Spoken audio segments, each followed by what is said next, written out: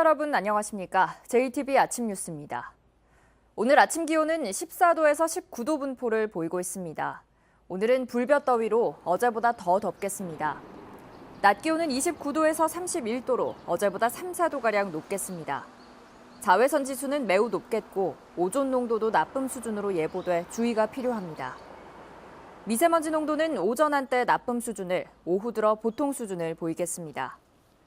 다음 주 월요일까지 낮 기온 31도 안팎의 불볕더위가 이어지다가 화요일에는 장마가 시작되겠습니다.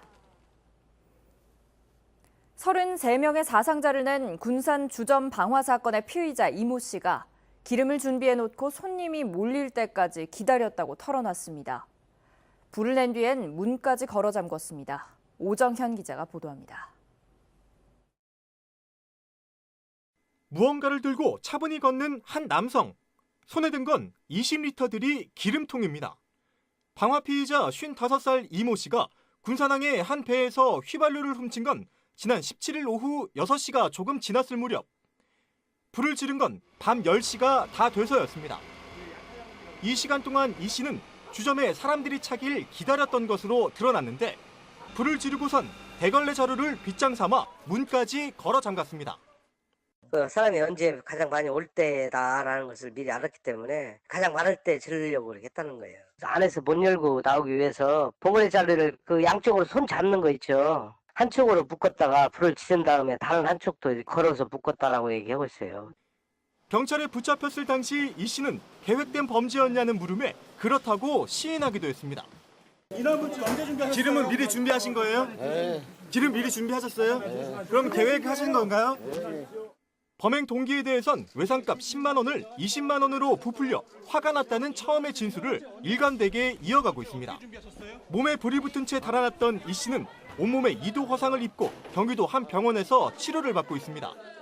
경찰은 이 씨가 치료를 마치는 대로 방화치사 혐의로 구속영장을 신청할 예정입니다. JTB 뉴스 오정현입니다.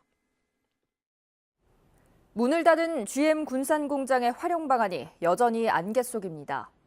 전라북도는 GM과 정부의 조속한 결정을 촉구하고 있습니다. 권대성 기자입니다.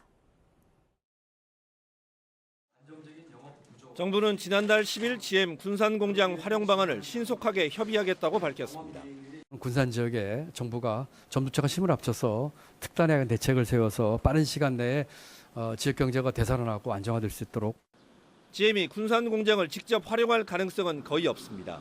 GM은 군산 공장 설비를 활용할 주체가 나온다면 정부와 협력하겠다는 입장이라는 게 정부의 설명입니다. 이 때문에 전라북도와 정부는 매각과 위탁 생산 등 군산 공장을 활용할 업체를 찾는 데 주력하고 있습니다. 실제로 국내 기업 두세 곳이 활용 의사를 타진해 온 것으로 알려졌습니다. 문제는 GM이 문은 닫았어도 군산 공장의 몸값을 최대한 높이려 하면서 쉽게 결론을 내지 않을 거라는 점입니다. 한국 GM의 의사결정 과정 그리고 한국 GM에서 좀처럼 속내를 드러내지 않는 부분, 이런 부분이 어려움이 있습니다. 전라북도는 이 때문에 한국 GM의 지분을 소유한 정부 역할에 기대를 걸면서 정부의 적극적인 노력을 촉구하고 있습니다. JTB 뉴스 권대성입니다. 2주기 대학 구조개혁 평가 결과가 발표되면서 대학 간 희비가 엇갈리고 있습니다. 하위 40%에 포함된 대학들은 당혹감과 함께 대책 마련에 분주한 모습입니다. 반면 자율개선대학으로 선정된 대학들은 대규모 일반 재정 지원을 받을 수 있게 돼 대학 발전에 대한 기대감이 커지고 있습니다. 조창현 기자입니다. 이 사립대학은 대학 기본 역량 진단에서 하위 40% 대학에 포함됐습니다. 3년 전 1주기 대학 구조개혁 평가에서 최고 등급을 받았는데 이번엔 사실상 부실대학에 편입된 것입니다. 이 대학은 2달 뒤 최종 결과가 확정되면 정원 감축은 물론 정부의 각종 재정 지원 사업에 참여할 수 없게 됩니다. 대학 입학생 수가 줄고 있는 상황에서 생존을 걱정해야 할 처지에 놓이게 돼 불안감과 당혹감을 감추지 못하고 있습니다. 생각도 못했어요. 지금도 아닐 거야 라고 지금 생각을 하고 있는 거죠. 이번에 대학 기본 역량 진단에서 하위 대학으로 분류된 도내 대학은 4년제 일반대 2곳, 전문대 2곳 등 모두 4개 대학입니다. 예술, 종교, 교육대학은 이번 진단 대상에서 제외됐습니다. 교육부는 하위 40% 대학을 대상으로 앞으로 3년간 2만 명의 정원을 줄일 계획입니다. 반면 상위 60%로 분류돼 자율 개선 대학으로 지정된 대부분의 대학들은 교육 여건을 개선할 수 있는 좋은 기회를 맞게 됐다며 자축하는 분위기입니다. 문재인 정부가 이들 대학에 대해서는 정원 감축 없이 일반 재정 사업비를 늘리기로 했기 때문입니다. 자율 개선 대학으로 선정됨으로써 내년부터 대학 재량에 따라 집행할 수 있는 대규모 일반 재정 지원이 이루어질 것으로 보여서 대학 교육 경쟁력을 높이는 데 큰 기여를 할 것으로 기대하고 있습니다. 교육부는 탈락한 대학들을 대상으로 2단계 평가를 거쳐 오는 8월 말 최종 결과를 확정해 통보할 계획입니다. JTB 뉴스 조창현입니다. 지난해 세계 잼버리 유치에 성공한 전라북도가 또 하나의 국제 행사인 아시아 태평양 마스터스 대회 유치에 나섰습니다. 마스터스 대회는 올림픽 등에서 메달을 딴 은퇴 선수와 일반 아마추어 선수 등 만여 명이 참가하는 행사입니다. 송창용 기자입니다. 전라북도가 2022년 아시아 태평양 마스터스 대회 유치 도전을 선언했습니다. 마스터스 대회는 올림픽 등에서 메달을 딴 선수와 일반 클럽 선수, 아마추어 선수가 참가하는 대회입니다. 오는 9월 말레이시아에서 첫 대회가 열리는데 50여 개 나라에서 만여 명이 참가할 예정입니다. 2021년도 일본에서 하고 이어서 우리 대한민국이 아트 대회를 하기 때문에 이번 말레이시아 규모를 상회하거나 비슷한 규모로는 충분히 참여가 될 걸로 전망합니다. 전라북도는 당초 2025년에 열리는 월드 마스터스 대회 유치를 계획했습니다.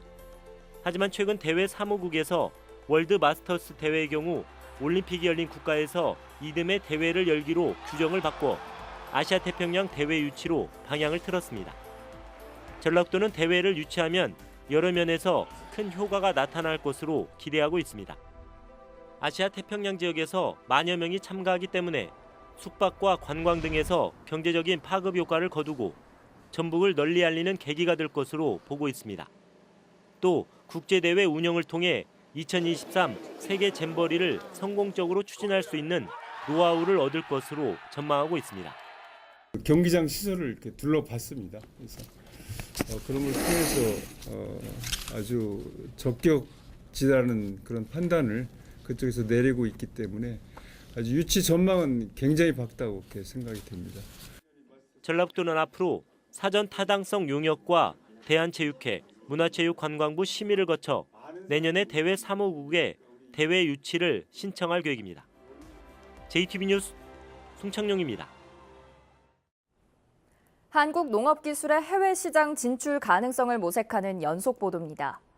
규모가 작은 우리나라 농기자재 기업들은 세계적인 기술력을 갖고도 판로를 찾는 게 쉽지 않은데요.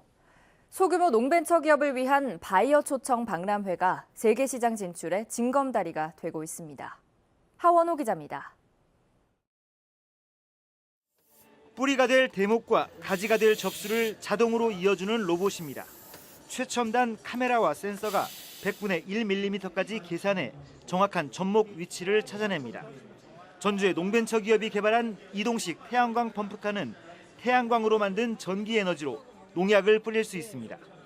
전기가 들어오지 않는 산악 지역이나 전력 사정이 열악한 저개발 국가를 겨냥했습니다. 수출 전망은 밝다고 생각을 합니다. 왜 그러냐면 지금 현재 동남아 지역이나 아니면 다른 곳에서 다른 나라의 바이어에서도 많은 관심을 가지고 있습니다. 비료나 농약제의 분말을 초미립자로 만들어 분사하는 분무기 역시 전주의 농벤처 기업이 만든 겁니다. 뛰어난 기술력이 있어도 알릴 기회가 적은 영세 업체로선 이런 박람회가 큰 도움이 됩니다.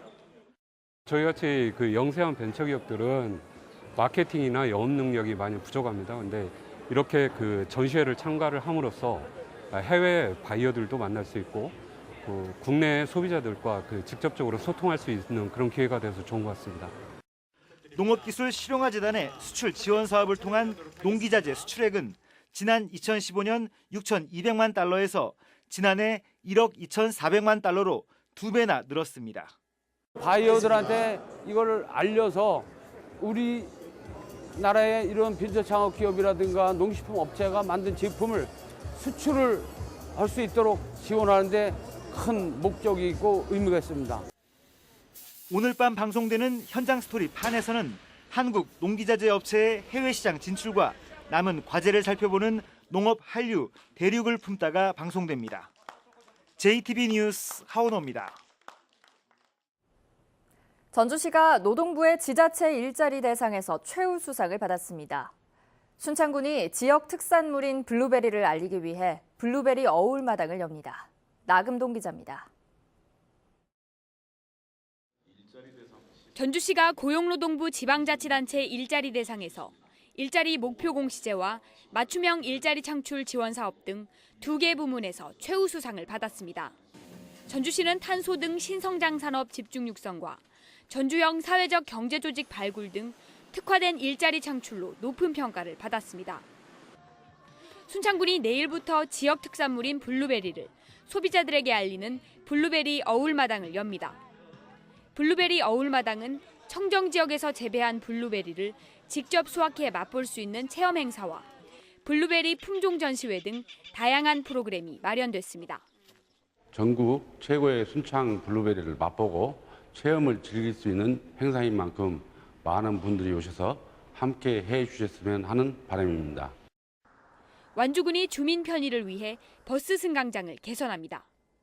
완주군은 주민들이 버스를 기다리는 동안 비를 피할 수 있도록 승강장 28곳에 비가림 시설을 설치하고 탄소 발열 의자로 교체할 예정입니다. 올해 처음 조직된 임실군 농기계 작업단이 일손이 부족한 농촌 지역에 큰 힘이 되고 있습니다. 농기계 작업단은 하루 20여 명을 투입해 본격적인 수확 시기를 맞은 감자와 양파 농가를 지원하는 등 지금까지 60여 농가에 도움을 주고 있습니다. JTB 뉴스 나금동입니다.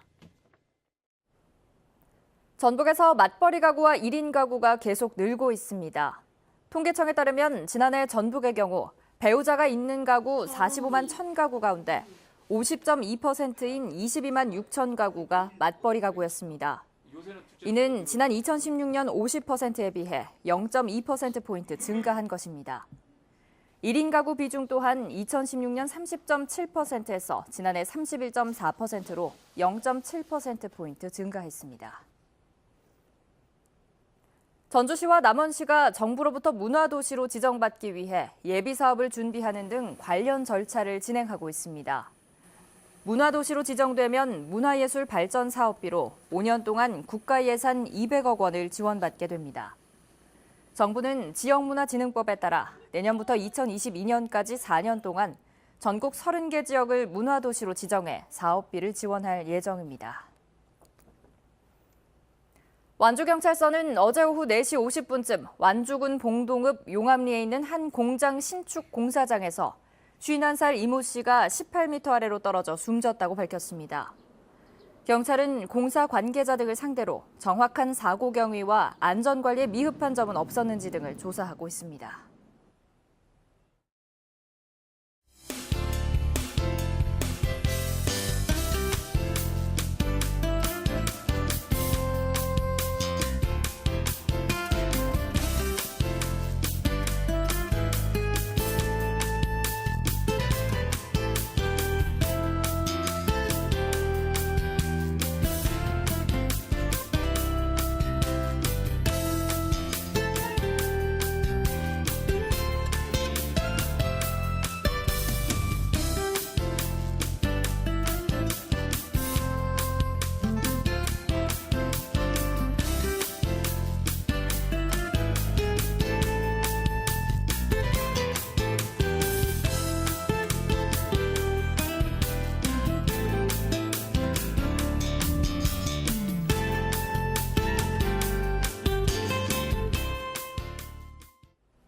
JTB 아침 뉴스를 마칩니다. 함께해 주신 여러분 고맙습니다.